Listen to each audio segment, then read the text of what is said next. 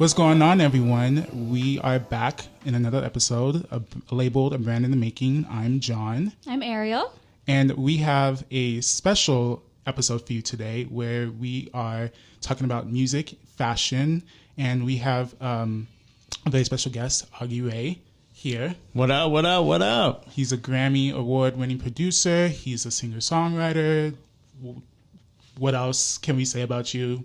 I mean, that to me is great. I mean, but more than that, I think, for me, I've been trying to get away from, categorized, but more so like I have worked on Grammy Award winning projects and, more so like, I run a studio in Chatsworth, California type of thing. So entrepreneur and things like that. So, I don't want to be so like esoteric and all that stuff because I know a lot of, artists can be that way. They can be, all up in the air and stuff. Like, I don't know who I am, but, for me, I feel like, these days, like, it's like you are what you say you are type of thing. And so there's so much power in the word of what you're going to say about yourself. Right.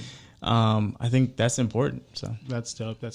So just to get a little bit into it, we wanted to kind of talk a little bit about fashion and music, and as well as talk about your entrepreneurial endeavors. So to kind of kick it off, we in music and in fashion, I would say maybe about 2005 or whatever.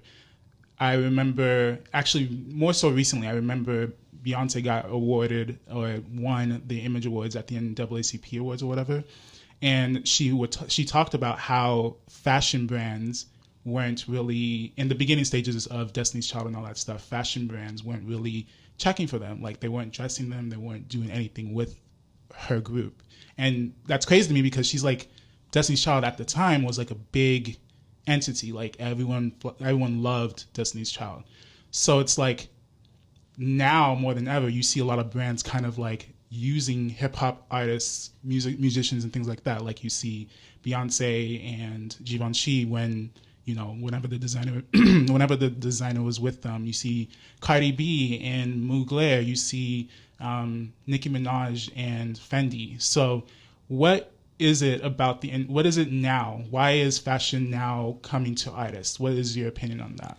Well, my opinion is like, I think from, I would say even from the beginning of time, I think that there's always been, this, kind of culture shift.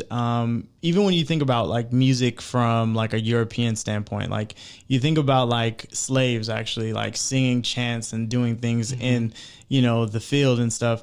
And realistically, these slaves learned Eurocentric songs, right? Actually before, which was more, hymnal. So it's like these hymnals that don't have soul or don't have this extra sound to it or whatnot that makes it more of like, you hear Amazing Grace sang by, some, American folklore type of person, and then you listen to a slave sing it and it's like, oh shoot, you know what I mean? But a lot of songs and a lot of things, even if you go to like Elvis Presley and you start studying Elvis, like we know he's an American like great, but also like if you look into what Elvis kind of did with the music that he got, a lot of his stuff wasn't his own. He didn't write it. You know what I mean? So he was grabbing from people like Muddy Waters and, black artists and things like that. And so when I look at, fashion and its evolution, I think that there's been like different shifts over time. You know what I mean? Yes. Like, I think that popular, like even in the 90s, I mean, the 90s nostalgia of like, hip hop and, you think about Diddy and his era or whatnot, him taking these like, super cool, like, mink coats and throwing them on and like hopping in Benzes and, really shifting like the culture from more of like, prior to that being more gangster rap. It's like gangster rap, it was just like khakis and dickies and, this is how we do things. And I think that has been a slow progression and evolution over time, that now these, companies have nowhere to go, like Right. in the sense that it's so apparent and so affluent that, before it was kind of like, you guys can rock our stuff. You look at like, Gucci, or you look at like even Louis Vuitton, you know what I mean? Like, and some of these other organizations that prior to this time, had a very a big distinction between like street culture and actual like fashion culture or whatever. They wanted to kind of separate the two or whatnot. You had little things like Jean Basquiat, you know what I mean, like that comes in and he's messing with Andy Warhol, and he's kind of like wearing certain things and doing certain things because he's able to see that space, you know what I mean, that a lot of people don't get to see. But as I said, really, answering that question is kind of like, I feel like these brands are kind of like boxed in at this point, you know what I mean? It's kind of like they've been doing a lot of what they've been doing. And, I think that there's a big kind of understanding that these guys, street culture has a big influence on the way that we look at fashion these days, especially now, but it's been going on for a long time, putting little pieces and things like that and nuances or whatever without maybe giving them credit. Now, I think now you have to give credit where credit is due, so. But don't you think that's kind of like, in a sense, cultural or even, cultural appropriation for these bands? Because a lot of them are using those influences to kind of go into their collection, but it's not really a part of their aesthetic or a part of their code as a brand. So wouldn't that kind of be classified as kind of cultural appropriation or something like that? Isn't cultural appropriation when you say like, I do it better? It's that, but it's more of like, you take say like baggy pants, right? You take that and then you use that and you say that you started that. Well trend. then yes. Yeah. But if you're just getting inspired by it. But some of them some brands usually take that idea and say that they started it. Like even with Gucci, I remember they did I forgot what it was, but it was some type of like design that they got from like, it was the zoot suit actually. It was the zoot suit. So the zoot suit is black made. So, or black, a lot of like African Americans started that trend where it's like oversized coats and things like that, and like long trousers and all that. And then Gucci started doing that, and now like fashion media is saying like they started that type of aesthetic. So I feel like in fashion, and right now, I feel like a lot of them are using, or maybe not using, but like getting those ideas from hip hop artists or whatever type of culture and using it for their own regard. So in reference to what you were saying, don't you think that is similar to cultural appropriation in a sense, or not? So I think 100%. I mean, I think that, like Picasso says, like the best artists steal, you know what I mean? And, there's like, it seems very negative. And to me, when I look at these brands, I think before it was like we could look at these things and take them and, like, let me make this better than what, seems, like what you guys have been using it for or whatnot. And what I mean by you guys is like what the common folk have been using it for, but we're going to take it and make it look a little bit more, plush. They had the idea, but now I'm going to elevate it. Right. And so,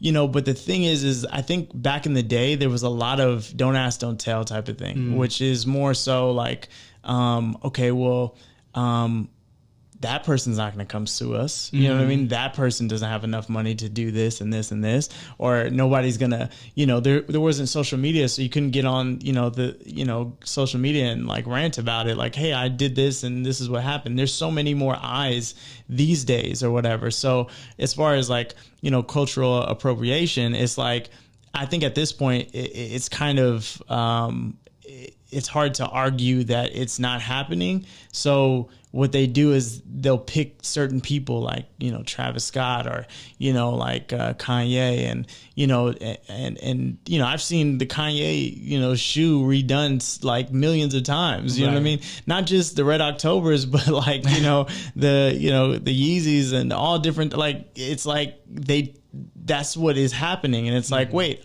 that shoe looks exactly like, you know, the shoe that he put out like 3 summers ago, you know what I mean? Yeah.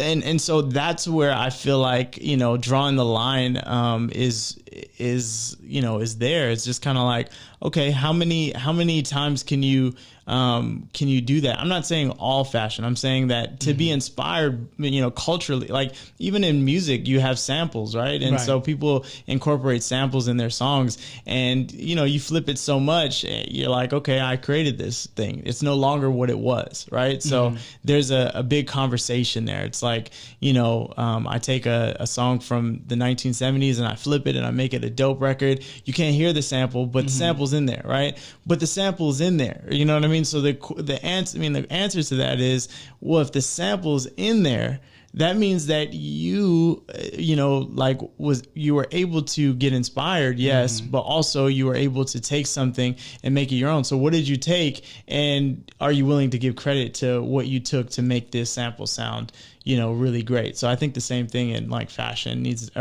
happening and should happen more often. Yeah, taking the creativity from something or from a reference that you've seen in the past and kind of implementing it and modernizing it now.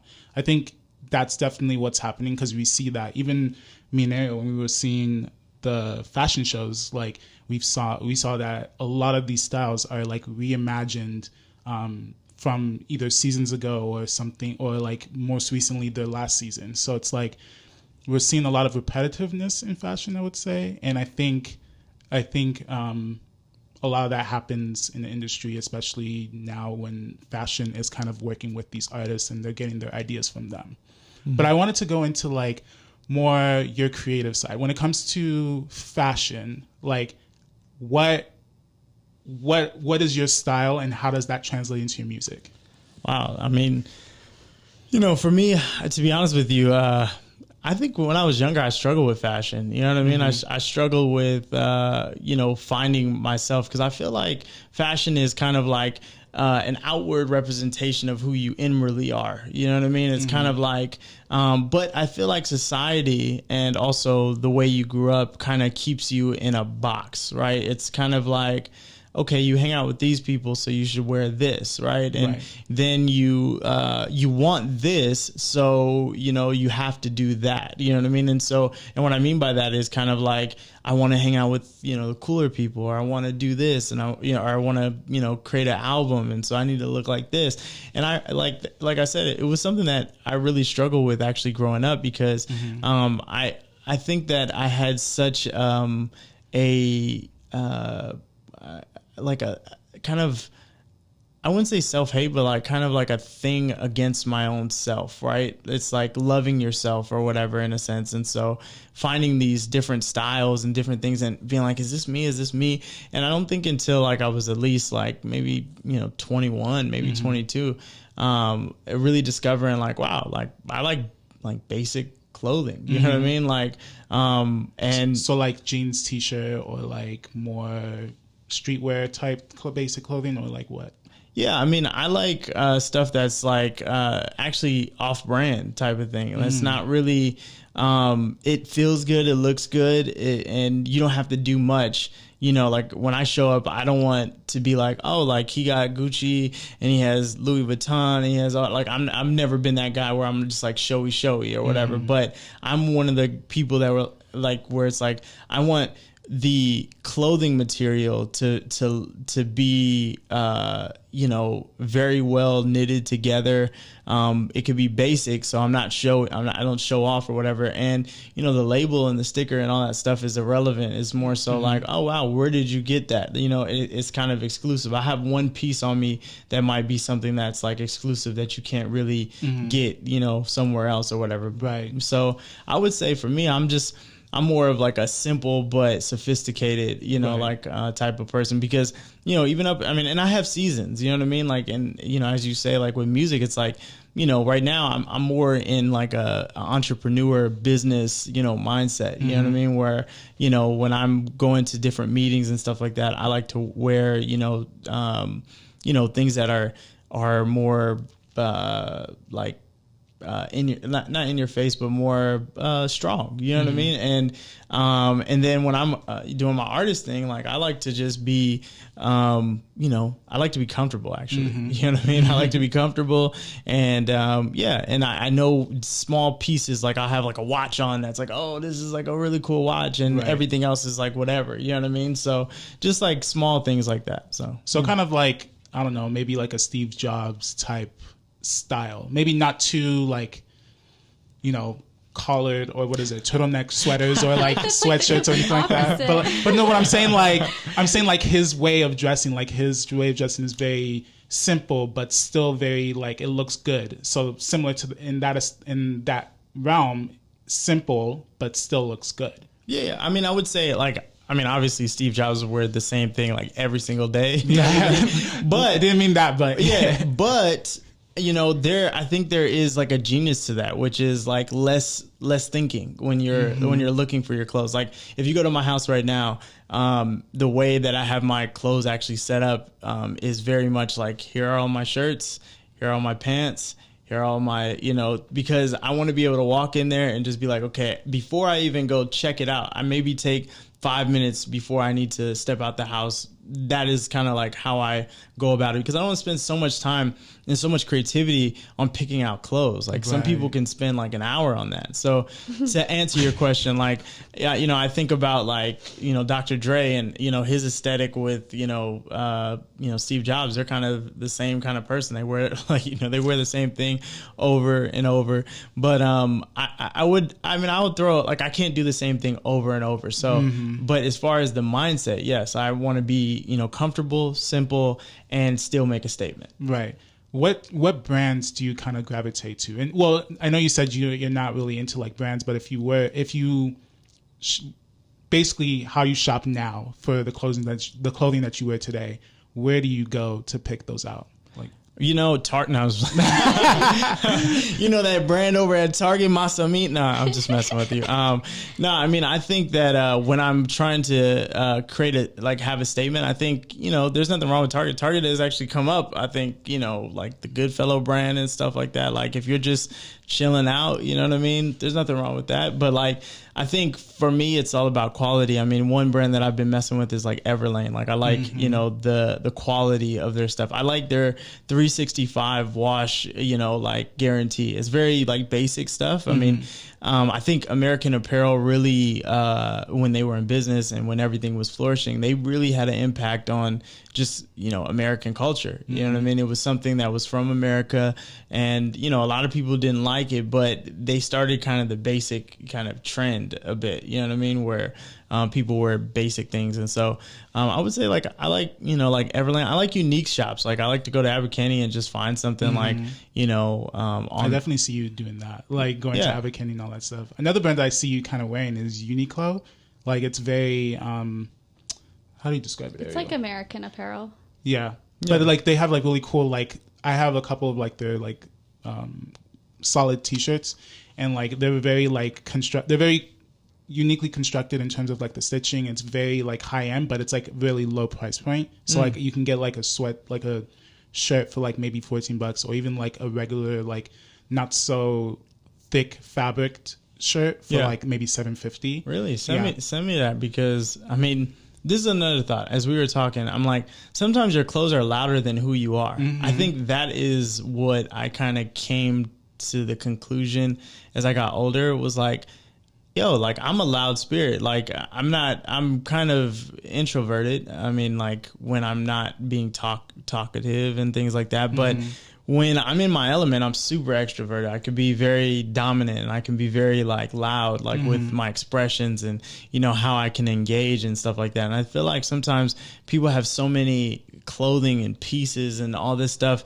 that overcompensate for the unique person that they are. You know what I mean? Where it's like, I just want to see you. I want to talk to you. And so I think for me, that is something that, like I said, going back in the day, I struggle with, you know, fashion because I struggle with myself. But now that I've, you know, gotten to the light of being able to be who I am, I feel like it's just made it so much easier to just, you know, be like, I could rock this and show up to, you know, a mansion and, you know, and do my thing or whatever. Right. Do you think it's similar? Do you think every musician is kind of similar in that vein where it's like they're wearing Gucci, they're wearing Louis Vuitton, they're wearing Dior, they're wearing all these top brands? Do you think it's similar where they're it's not really who they are, it's just kind of because they're this big entity now, they have to look this way?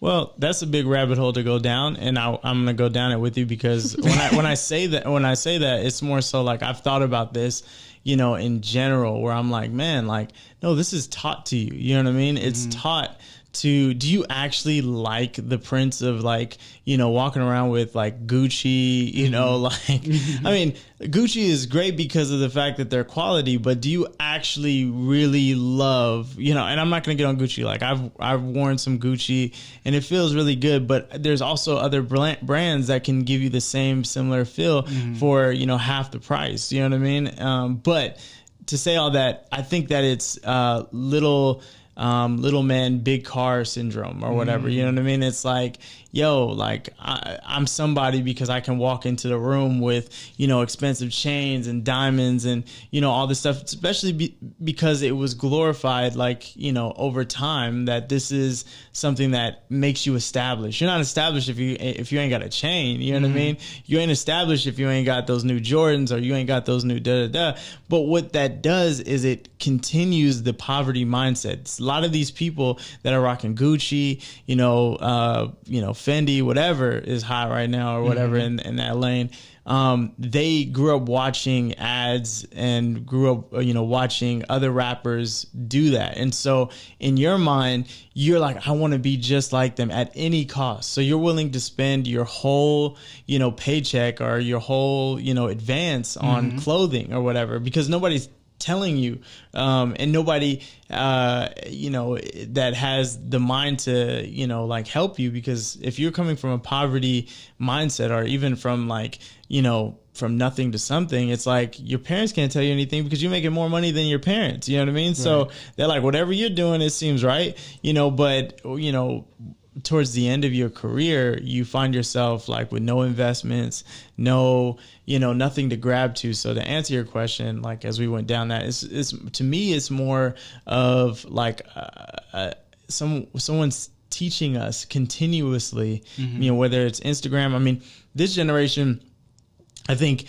has it even worse because it's one of those things where, you know, everywhere you go, they have it worse and they have it, you know, I think worse, but also there's a balance because there's H&M's and there's, you know, like these other brands like Zara and things like that, where it's not really about the brand. It's about like the clothing, in a sense or whatever. Nobody's walking around like, yo, I got the newest Goodfella, you know, shirt or whatever, you know what I mean? But, when you do see these, you know, stars like Cardi B came up from nothing and she's rocking, you know, the fashion designer that you were just talking about, that Cardi B replica that's, you know, in some place in, you know, south side of Chicago that wants to be Cardi B is literally, you know, selling her food stamps to get, you know, the latest and coolest shirts and, you know, outfits or whatever to not only focus on their creativity. I mean, they're not focused on their creativity. They're focused on their aesthetic and how they look, you know what I mean? And then everything else starves, you know what I mean? So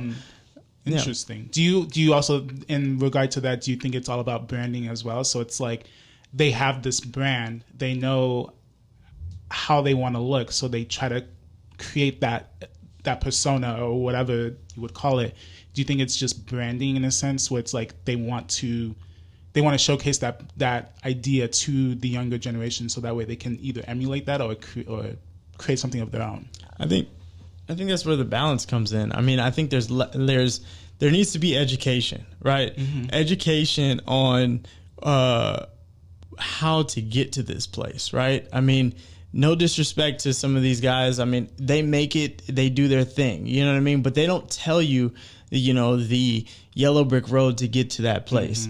Now, when you understand the yellow brick road, right? Like, so if someone's inspired, like, I'm not saying like, okay, because you're rocking Gucci and, you know, Fendi and all this stuff, like you have a poverty mindset and you came from that. It's more so like, if you look at the majority, or if you look at, you know, like some of these people that just started in the music industry, there's no like manual for that, you know what I mean? Or there's no manual for, you know, making money or making money work for you, you know what I mean? And so I think with the knowledge, that's when you can be expressive with your fashion. I mean, a person that really comes to mind is actually a radical that a lot of people, you know, might, you know, not dislike, but Kanye West. I mean, you think about his merger with Gap, you know what I mean? Just recently, like getting with Gap and, you know, but he started off as, you know, like an intern. I mean, he was, you know, doing stuff with Louis Vuitton with, you know, Virgil Abloh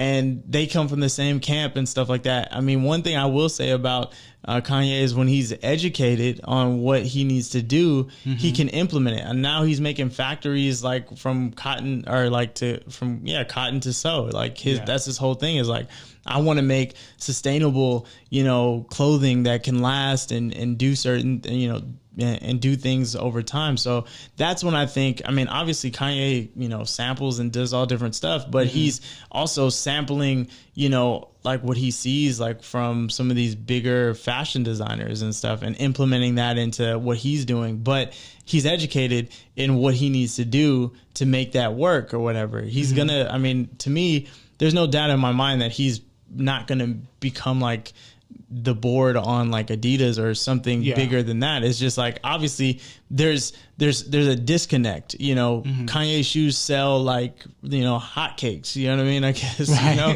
and, you know, you have to give him that, you know what I mean? And so, in that level, I think he's educated enough to be able to be inspired and then turn it into something, or, you know, like, for the generation coming up, educate yourself so that way you can know that you're not just, you know, riding a wave or whatever, that's what's hot or whatever, but you're more like, oh, I want to create something that's hot. I want to wear something that's hot that I like, that's unique to me, you know? So. Got it. And speaking of Kanye, I love Kanye. I think he's a, you know, creative genius, everything like that.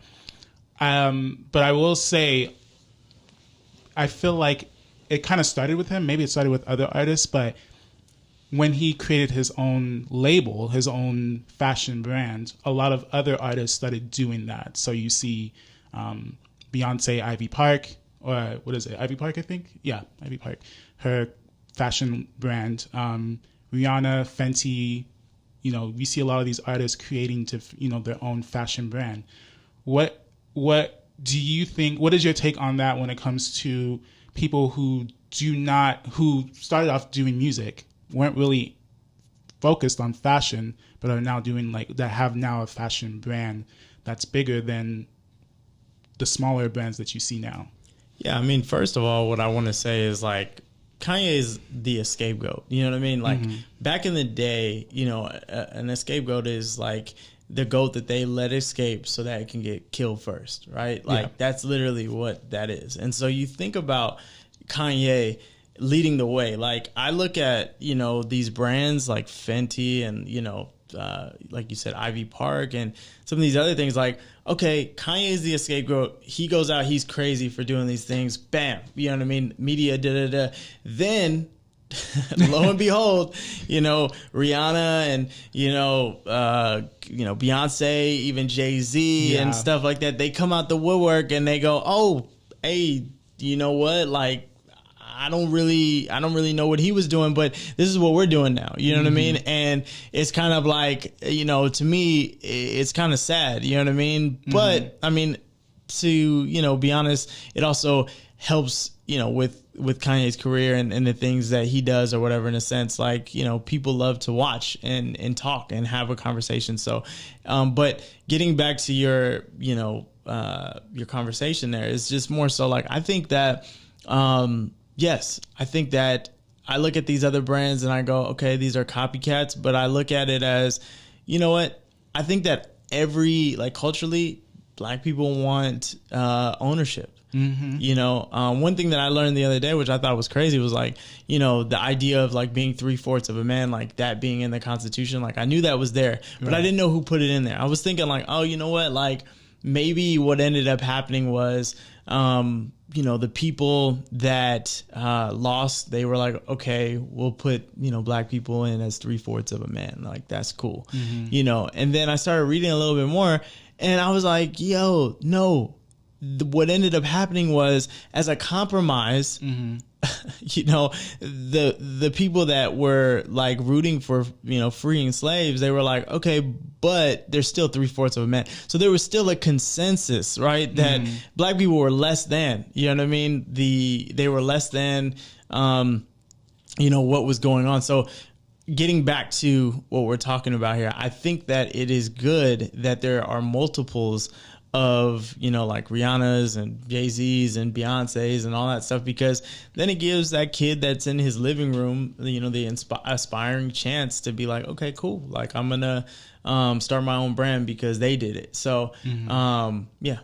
Okay, cool. I mean, I feel like with these brands and these musicians kind of creating this brand, a lot of them are creating them I feel like for money sometimes, but then I also see like even with Rihanna, like everyone's been asking her to put out music like for the longest, and she's like, nah, I'm making money off of her beauty line, her skincare line, her fashion line. So it's like, I think in a sense sometimes it can be a good business move, especially because right now the music industry is changing and a lot of musicians it's the type of music that they want to create or want to push out is not as popular anymore. It's more about the trap music or, all those like, not so much lyricists when it comes to rapping, but more just like vibey type, dance music.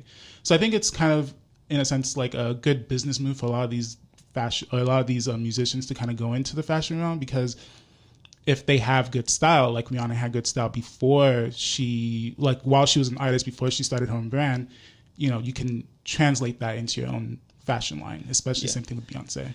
Yeah, I mean, I look at music, though, as like the martini before you start your party. You know what I mean? It's like, music is something that, regardless of it's $0 and 0 cents, music is going to be around longer than, a lot of things in life. You know what I mean? And because things depreciate, over time or whatnot. But music is something that I feel like intuitively humans feel like they need. You know what I mean? It's more of like, I've heard the argument where music is, for some people, it's a stimulant, but it's also like it elevates your senses in that way.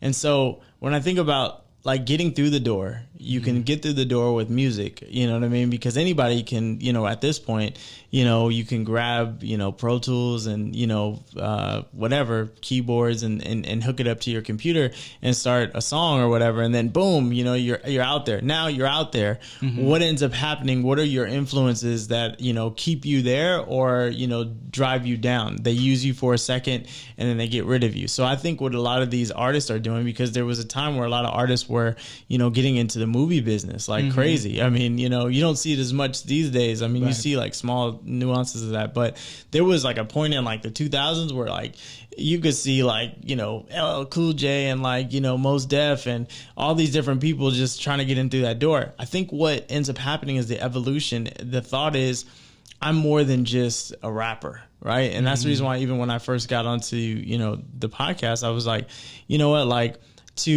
you guys are more than just fashion designers. You know what I mean? Like, because that's what society wants to box you in as. Any negatives are all going to go to, the fashion designer. Any positives are all going to go to the fashion designer, right? So then this thing becomes like,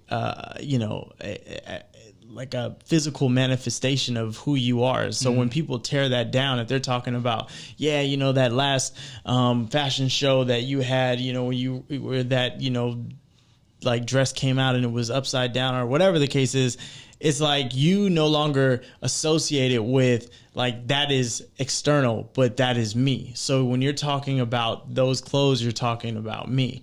But that's not the truth.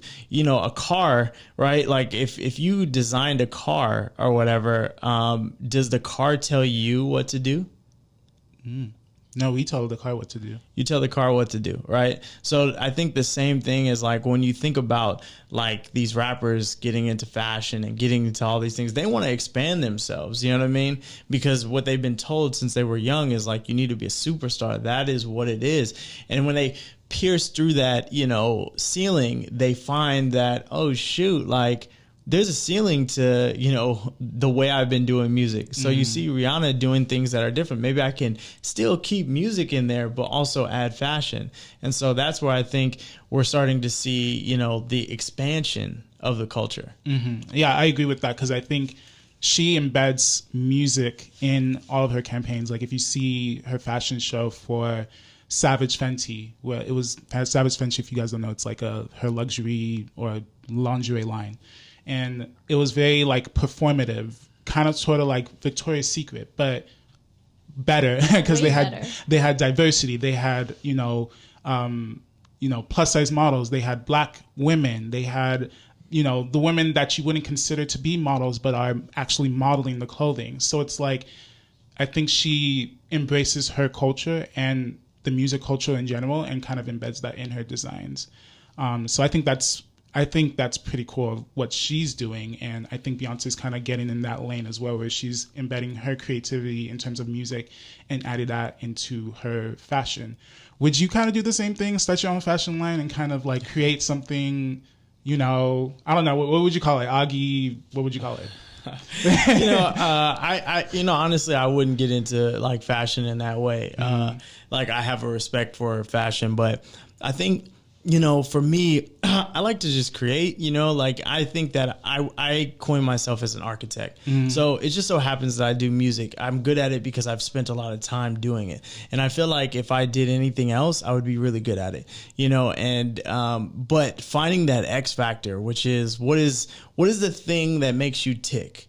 Right. And when you find that, like, I'm really good when I say architect, I'm good at building. You know what I mean? I'm good at working with people and building them up to, create something or do something through whatever their, endeavors are or whatever, asking the right questions or, spending time and understanding what it takes to be, go from 0 to 100. Like that's kind of like my thing. So if I was doing fashion, like I wouldn't, sit down and, try to come up with the design. I would get with a great designer and push them to build something great or whatever. And then, be a part of like that synergy and that vibe, because that's what elevates my X factor inside of myself. So, yeah. Okay. So like a collaboration in a sense with another designer. That's pretty cool. That's really cool. So now we're actually going to transition, unless in Ariel, if you have a question that you want to ask him as well. No? So now we're going to transition into about Augie and how he started his, if you guys are actually watching, we're in his podcast room in his studio, Hype Studios LA. And we're just going to talk about how he kind of got started in music, what it's been like with entrepreneurship in this pandemic world, all things like that. So Augie, how did you kind of get started in music? What was the inspiration for you wanted to start music? Well, you know how I told you, like, back in the day, like I had this thing of like, I wouldn't say it was self-hate, but I think it was not understanding yourself enough. Right. And I had two brothers and, between them, they, were good at basketball and, my oldest brother, was really too old for us to really like connect at the time, you know? And so, for me, I had to kind of just find my way. And for me, I actually wasn't really good at much, you know, like I played basketball and I could play, you know, and I, dilly dabbled in like a few other things like skating, but I was never really that great. You know what I mean? Like, and then one thing that like came to me really easily was, being able to put words together. Like I started off actually as a rapper. So when I was 13 years old, actually 11 years old, I woke up in the middle of the night and I wrote my first rap or whatnot. So that was like the starting point of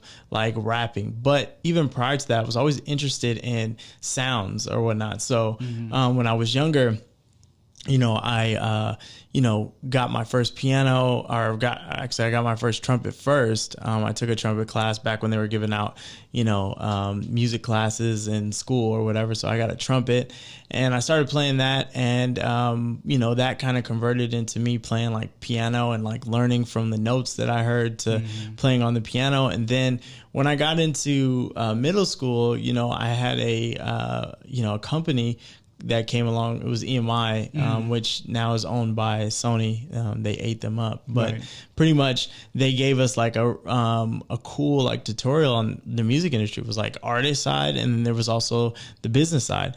And so with the artist side, it was like, man, like I don't know what that's about, but I want to be a part of it. Sounds like it's cool. I didn't even, you know, for me growing up, I listened to, you know, a lot of like actually big band stuff because my grandpa would drive us to school and stuff, and, you know, play big band music and like Nat King Cole's and things like that. And, you know, I listened to like rap and stuff like that, whatever was commercial and out and stuff. And so when they offered us this program, I was like, okay, I'll be an artist. So that night I remember going home and waking up in the middle of the night and just writing my first rhyme. And I went to school the next day and I recorded it like on a cassette, you know, like literally a cassette. And they liked it and I got accepted into the program. And so when I got in that program, they showed us the ins and outs of what it meant to like make a song or whatever. So we got to go to like Sunset Studios and like a few other places like Capitol Records. And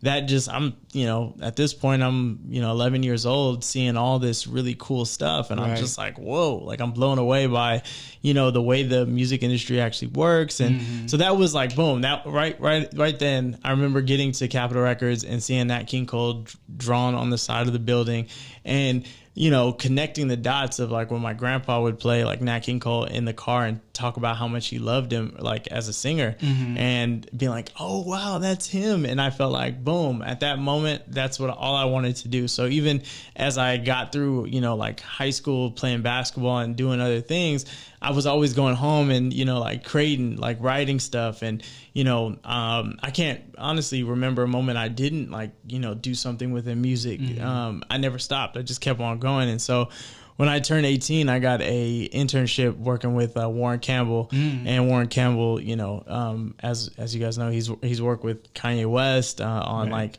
the first couple of albums, and also like Mary Mary, gospel group, and you know, so much more, like Luther Vandross and, you know, Dr. Dre, and, you know, he's, you know, the first Tupac album. I mean, he's done so many things. So he took me under his wing and like, you know, just allowed me to be an intern at his studio. And I, you know, I did all the crazy stuff, like as far as like cleaning and, you know, making sure the studio is well kept. But I felt like that gave me the, you know, the inside, the blueprint on like how a studio is run now, like, you know, and how, you know, studio etiquette, how like it actually really happens or whatever. I think that my experience in middle school was like the light version of like, okay, you know, artists is like the fast track version to getting there or whatever.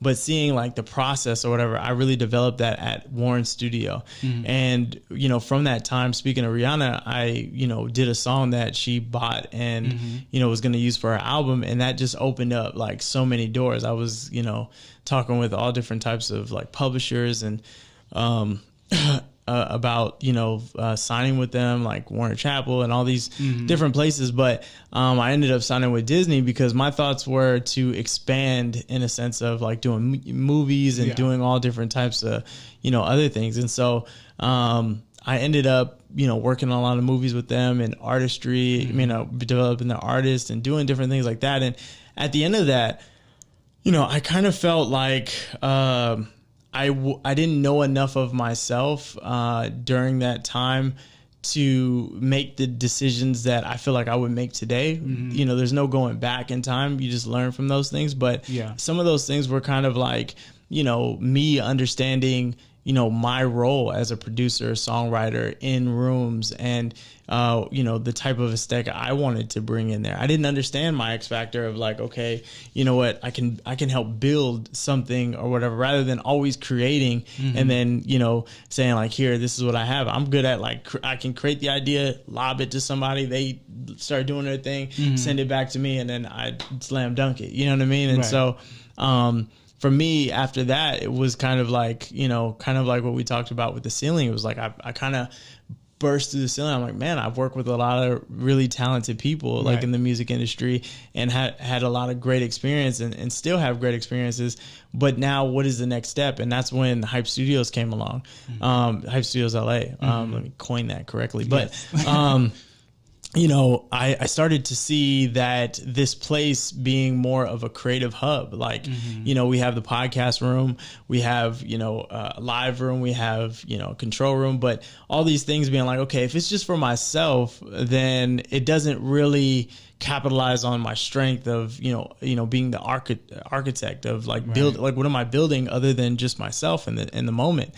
And so what I ended up doing is thinking like, yo, man, like this would be great just to have like a source of like community that just comes through here. And it's like, man, you guys are working on a podcast. Well, like, do you can implement this? Or like, we have an automated such and such that you can do this. And, I've seen, and experienced, like working with like Elton Johns and Mustards and, different people like that, where I'm like, okay, well, like in the recording realm, it's like I can help young people, get to the next level or whatever, and be excited about that and be a part of that, in a different way where it's not about myself. I think for me in the music industry, I learned that I felt like it was all about like myself. That was what self-love was about, was like about yourself.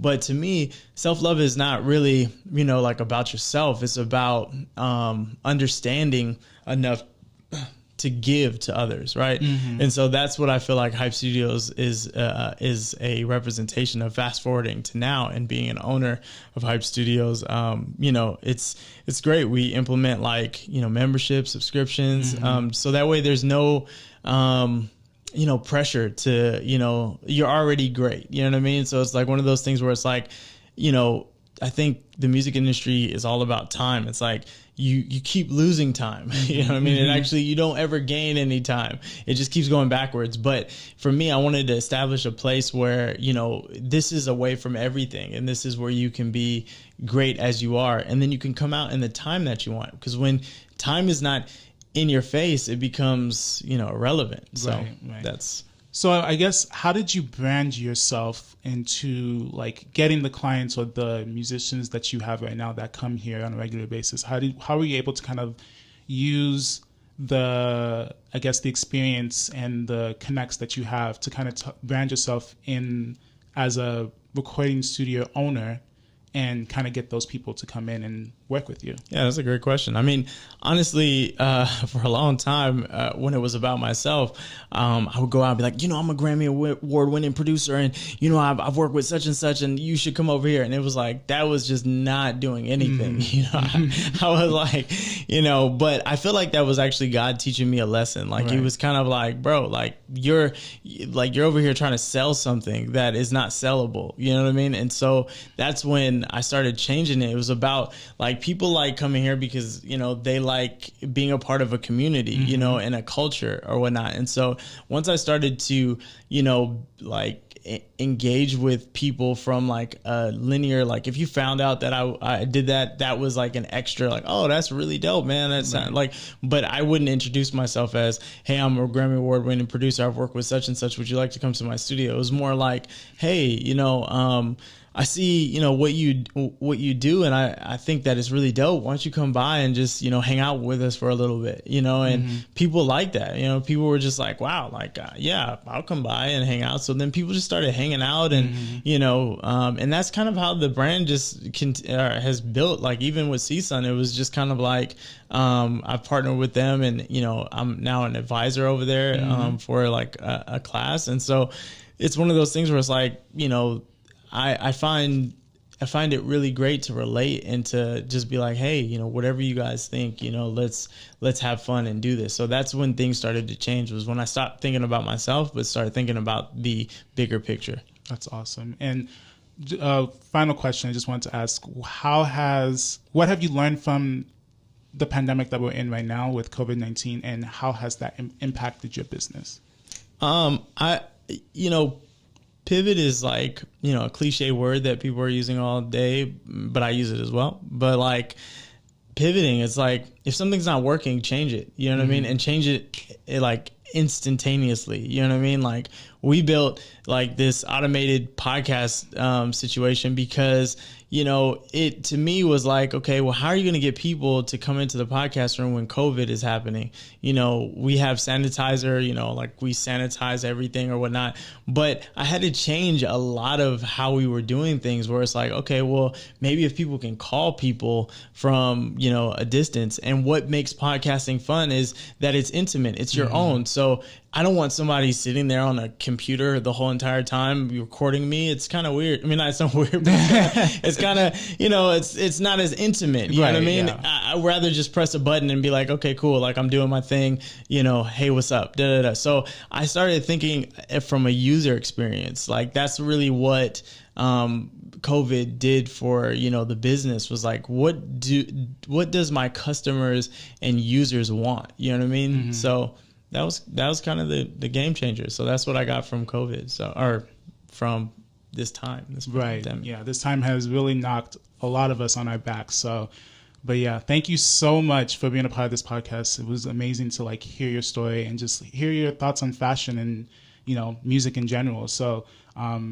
shout yourself out. Where can we find you? Where can they follow you? What's going on in your business? Things like that. So, you know, we can promote it here. Well, you can find us on at Hype Studios LA, at online on the Instagram, and you can find me on I am Augie Ray on Instagram. I'm rarely on there, but when I am, I'm going to say something very powerful. So know that. And you know, as far as Hype Studios, like we welcome everybody, fashion designers included. You know what I mean? Like I think that as you mentioned earlier, there's just like such a collaboration between all different types of things or whatnot. And so for me, it's like, you know, what brands need music? You know, what brands need podcasts? What brands need You know, it's an endless thing. I think when everybody starts working together. So you can find us, you know, in Chatsworth. You know, that's where Hype Studios is. And, you know, feel free to reach out to me at Augie Ray at hypestudiosla.com. And,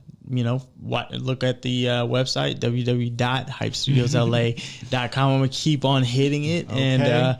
And that's it. You know, that's where you can find me. That's awesome. Thank you so much. I'm John. I'm Ariel. And this is it. Thank you so much. Hope you guys have a lovely day. Like, share, subscribe, comment. You know, if you have any questions for Augie, definitely hit him up. Let's go. You know, and hit us up if you have questions for us. And we'll talk to you guys next time. Yeah, because we'll put that information at the end. Yeah, we will. Bye. Bye.